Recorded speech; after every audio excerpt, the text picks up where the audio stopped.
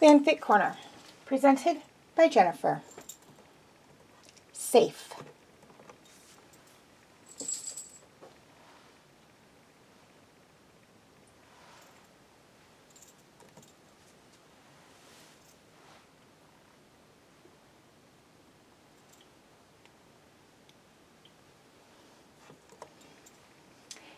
Years after it's over. After all is said and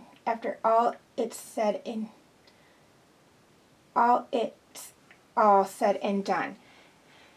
After the peace has, for the most part, settled over the human kingdoms in Zadia, Rayla still wakes in the middle of the night with sweat on her brow and her heart hammering in her chest. It's not an uncommon occurrence. It used to happen a lot more when she was younger. And it was the reason, she remembers fondly, that Ophelia had allowed her to share a room with Callum long before she and Callum were wed. It's gotten better over the years.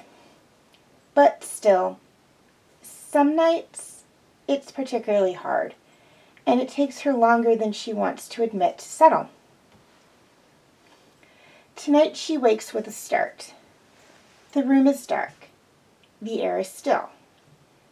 It's quiet except for her breathing and the way it shudders past her lips.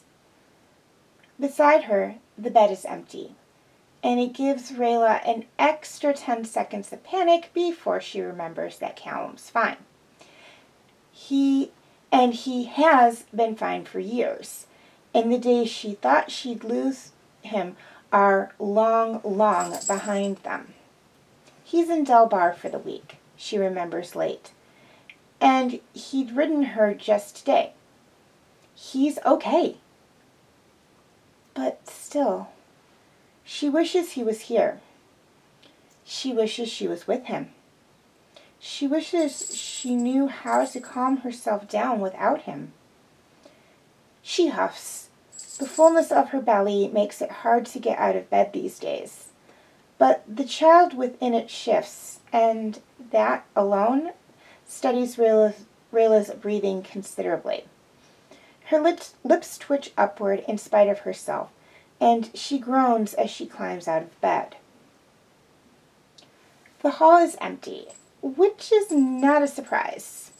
Rayla's footsteps are quiet against the flagstones, despite her altered gait, and she's not really sure what she's looking for when she stumbles across Ez, sitting on the windowsill, a little way from the king's quarters. That is a surprise. It's not like him to be up so late, and it's even less so to wander around in the middle of the night without bait. Ezrin? He jumps. Rayla, he greets. I was just, what are you doing up? I could ask you the same thing, snorts Rayla. Ez has the decency to flush.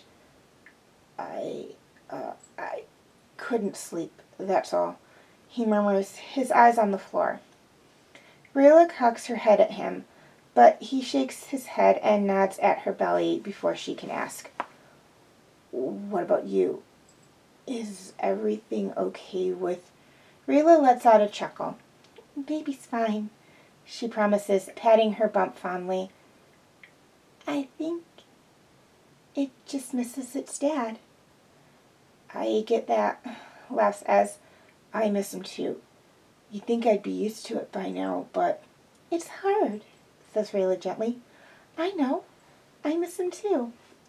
She pauses and purses her lips.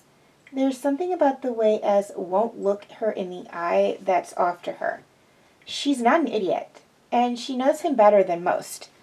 The dullness in his eyes is familiar, no matter how much he pretends it's not there.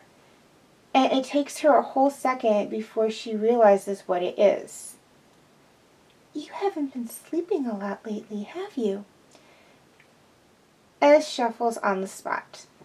No, not really, he admits quietly. It's stupid. It probably isn't, says Rayla, crossing the distance between them to hop on the sill. Ez moves over to give her space, and even offers her a hand when she remembers, too late, that she's not quite as graceful with the bump in her belly. Go on, what's wrong? Ez heaves a sigh. I've been having some bad dreams, he mumbles, about the war. About you guys getting hurt. About Claudia and Viren and the things they did. He trails off and shakes his head. Rayla's heart breaks for him. He's 15, barely older than Callum was when she met them that day in the castle. And even she and Callum were too young then to have gone through what they did. Yeah, she says quietly, looping an arm around his shoulders. He's taller than she and Callum were in those days. But he leans into her embrace anyways. A child's again, with a too heavy crown. I get them too. Still. Do you think they'll go away? Rayla shrugs. Honestly, I don't know. For me, I don't think they ever will. But you grow around them, I guess. One day they won't seem so big. Ez lets out a sigh. Sure hope so, he mumbles. It sucks not being able to sleep. Don't I know it, chuckles Rayla, patting his back gently. But until then, we'll be here for you. Me and Callum, and this little one too, probably. It'll get better, promise. And in time, it does.